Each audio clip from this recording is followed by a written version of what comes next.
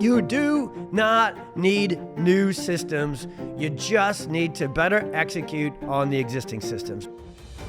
All right, chiropractors and chiropractic students, welcome to the Family Practice Podcast. You know, the one you've been waiting way too long for, because this podcast will actually stay focused on chiropractic. Not only what it takes to get world-class clinical results for kids and families in your community, but also what it takes to build a legendary, incredible family practice that takes care of your family way beyond your dreams. I'm Dr. Tony Ebel, and I'll be joined by Dr. Matt Hill, Dr. Ellie Wright, Jackie Jacobowitz, and incredible guests, chiros, associates, CAs, all these folks making massive impact around the world. We're going to cover everything: pediatric, perinatal, family practice. This is the podcast you've been waiting for, because moms and dads and families have always needed us. Now they're finally ready for us. I hope you're ready for the Family Practice Podcast. Let's go. Hey, what's up, chiropractors, chiropractic students, CA spouses, everybody who's listening in. I am so freaking fired up to drop this quick hitter, 10 to 15 minute, brand new type of episode at the start of every month. What we're going to do is we're going to share this new frame of episode, which is really just a look inside my thoughts. So we're going to, I don't know what it'll end up being named by the time we send this out. You know, Dr. Tony's thoughts from the trenches or whatever it may be, but that's the concept here. If you've been following along with the Family Practice Podcast, we are about 6 months old now. So, you know, we're hitting a few motor milestones. We're starting to, get into that stage of development. And as such, as our learning, of course, I'm going to use a pediatric neurodevelopment analogy here, but as our learning and growing and getting after it to serve this profession has been happening, we put out a huge survey, got a ton of great feedback, and you're loving all the episodes and all the topics and all the voices. Remember, we launched the Family Practice Podcast entirely to help you do one thing: grow your brick and mortar family practice. The topics you love most, we are now going to go very deep on. So we are going to scale into a weekly episode, except the first week of every single month, I'm going to drop this quick 10 to 15, and don't laugh, I am literally going to teach you very impactful practice growing things in 10 minutes or less once a month. And we're going to call them, kind of Dr. Tony's thoughts from the trenches, because you guys, that's also what makes this podcast entirely different. I am still in practice. So this isn't one where we're talking about what we used to do or don't do it all anymore. And especially with this monthly quick hitting full fire episode, I'm just going to literally go through the notes. So at the end of every month in my passion planner, so full credit, I guess, for the idea of this special episode that we'll release at the start of every month is almost kind of coming from my passion planner. So shout out to those folks.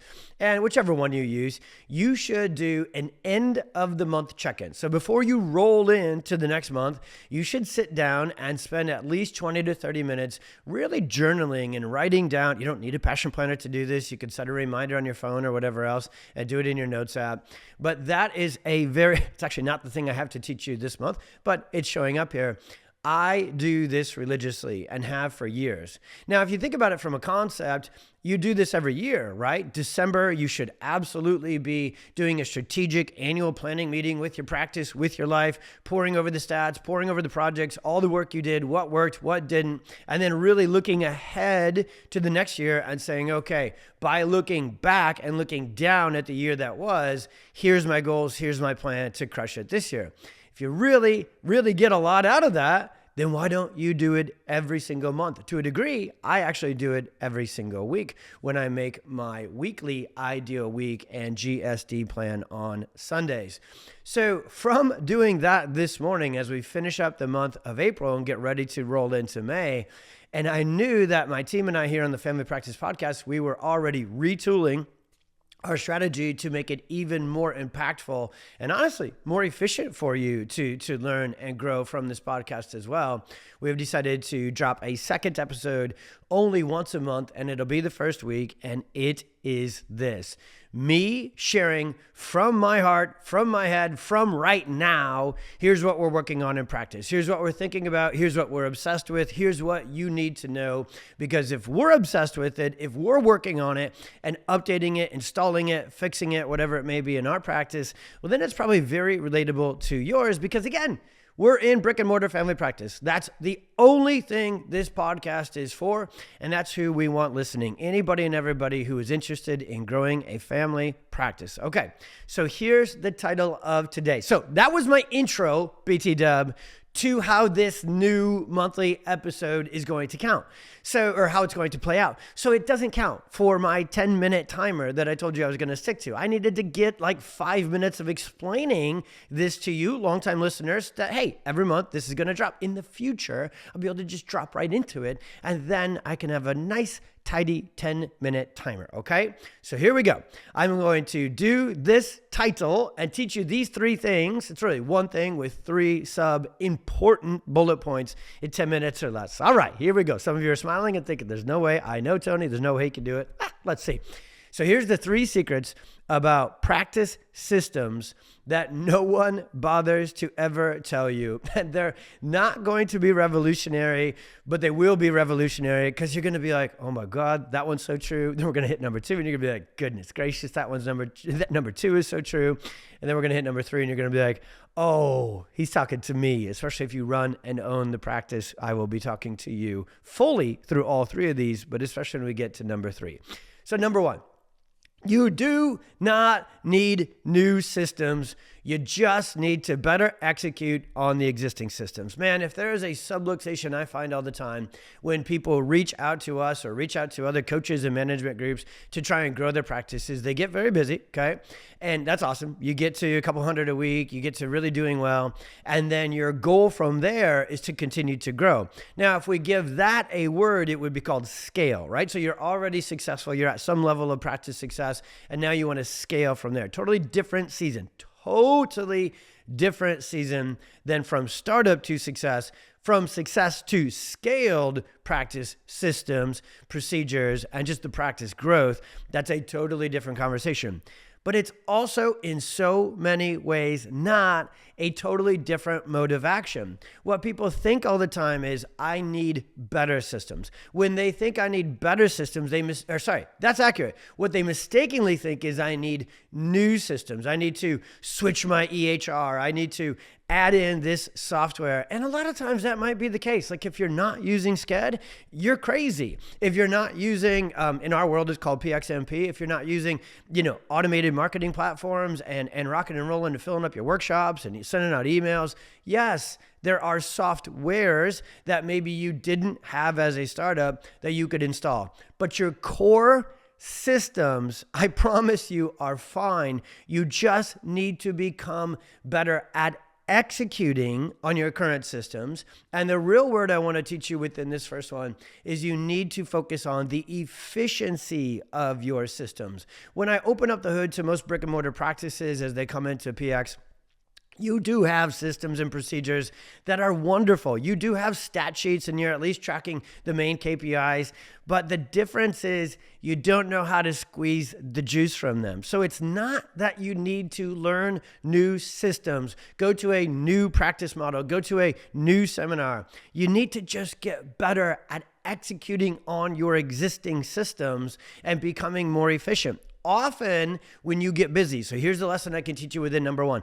Often when you get busy, the mistake you made is you've gotten lazy with keeping your current systems, dotting the I's and crossing the T's. An example for this would be what we call our columns. This just happened to us here in April. It's been happening all year. I found out when I look back, and you'll see why I had to look. And again, number 2 and number 3 will fix this, so I shouldn't have to be the one doing this. But the truth is, we were at a place where we have 8 doctors on the team. And when we are 5, 6 doctors on a shift, we created this system many, many years ago. It's kind of our own design. We love it. It works incredible. Where 1 or 2 of the chiropractors on, say, like a busy Monday afternoon shift, they are communicators only, doing day 1s, day 2s, no adjusting. The reason this works so well is we all know as a solo doc, when you go from a new patient exam and then you're running late and you got to rock 5 adjustments and then you're running late into a report and then you got to go shift into that gear and mindset. Those are different jobs, the communicating chiro and the adjusting chiro. So the other docs that are on shift they're in adjuster only columns. And then usually we have 1 or 2 who will do a little bit of floating, but clean columns is the lesson for this one. We created this, I think, 10 years ago because we've had a multi-doc practice where we all see the same patients forever. And so these clean columns, hey, I'm on communicating shift. I'm ready. I'm prepping reports. I'm pouring into people. I'm going through the 5-step framework, and I don't have to worry about adjusting, and vice versa. I'm adjusting only today. I don't got to get in there early and prepare reports. I just got to be locked in, dropped in to make the world-class adjustments. For some reason, on a couple of our days a week, our columns got entirely messy. No wonder our docs were feeling a little scattered and a little worn out. No wonder our CAs were feeling like there wasn't any more room to put new patients in. We didn't need new systems. We just needed to do the freaking ones that we created and clean up our own columns. It's a system we literally designed ourselves, and we weren't executing on it the way it's designed. So that's a great example. When you're looking at improving your systems, do not look for new. Make better what you're already doing. And oftentimes you need to go back to its original design and say, why are we not doing this anymore? It works, and clean it up. Okay, so clean up your systems, don't install new ones. Number 2, you probably don't need better systems. You need better people. And I'm actually going to merge number 2 and number 3. You also may not need better people. You might have hired the right people. They got the right core values. They're on the right mission. They might need number 3, a better leader and better leadership. Okay. So what'll happen in a brick and mortar family practice a lot of times, this is the most common subluxation here within number 2, is you have hired the absolute right people. You've hired moms and people that were patients or just connected to the mission, and they want to come in and serve. Like their heart, their soul, their purpose is all in for serving those patients. And that's what you need first. Just like a chiropractor, you have to have your purpose, your heart, soul in first. You got to become a master clinician. You got to care more about patient results than anything else, than profit margins, than numbers or anything else. That's what you've got to care about most first. So same with your team, same with your CAs. That is not, however, a get out of jail free card to not care at all about the business. If you really love your patients, if you really love your community, if you really love your purpose, you really love your business. And what I'm telling you is usually the people on your team, your CAs and your associate doctors and those that support the practice and serve the patients, you just need to level up their business acumen and their understanding. And that is not always so easy because the leaders, number 3, often we struggle with business. And when you really break business down, the systems and procedures part are actually the easiest part. Marketing and getting new patients in the door, not easy, takes a lot of learning, takes a lot of time, takes a lot of effort, often takes a lot of money, or both time, effort, and money. And so when you get good at it though, you can start to really put it on efficiency and autopilot and these things. You know what the hardest job of a leader is leading other people. And so often we find that practices have the right people. They're very heart-centered. They're all in. They're the absolute core value and culture match, but they just don't know what they're doing from a systems and procedure standpoint because the leadership team either A, needs to get better at knowing that stuff themselves, or B, slow down to speed up the rock star people on the team. And what that really means is slow down to speed them up in the business place. And so what Christina and I, so my wife who runs the practice with me, what we learned this month is that we are really good at looking at our org chart, our function chart, our stat sheets, our KPIs, the practice. We're good at looking at it from a 30,000 foot view, and we're really good at looking at it from a granular, detailed data crunching view. And what we did not do is transfer that skill set to our leaders on our team who now we need their help doing that because we're about to haul past 2 million and there's a lot more. So if you look at it from a big view, it's a lot bigger. If you take something that's bigger, there's a lot more granular details. And also Christina and I have been called to lead and rock with PX and PX docs and everything else. So we also have less time to do this leadership job than we ever did before. And so we have all the right people in place. We have all the right procedures and systems in place.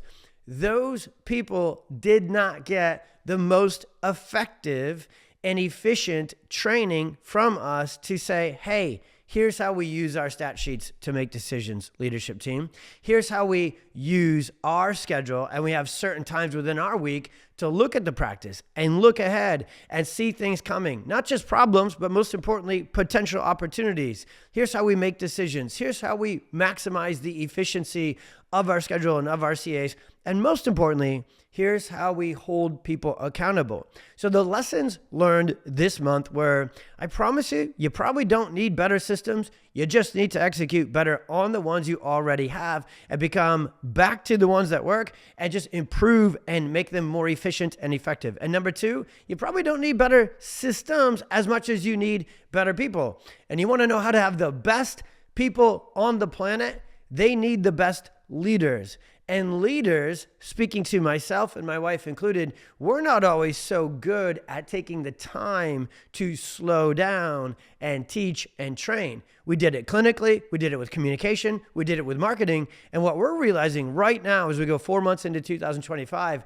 we didn't teach our practice leaders how we really make decisions, how we really pour over these stat sheets, how we really see around the curve and make sure that we are proactively building the practice instead of reactively building the practice. So I can promise you in May, our number one focus will be doing that, transferring our leadership and practice ownership skills to our team because their heart, their soul is amazing. And next up is training and improving their business skill set and their practice growth effectiveness as well. I hope this serves you well. If you like this monthly 10, 15 minute straight from the trenches, Dr. Tony, I'm going to try and get Christina to jump on some of these with me because she's, in this mental, emotional, strategic space all the time with me as the practice owners. So we'll do this monthly check-in from the trenches. Here's what we're thinking. Here's what we're working on. Here's what's happening. And I really, really hope that it transfers and becomes very relatable and very helpful and effective to you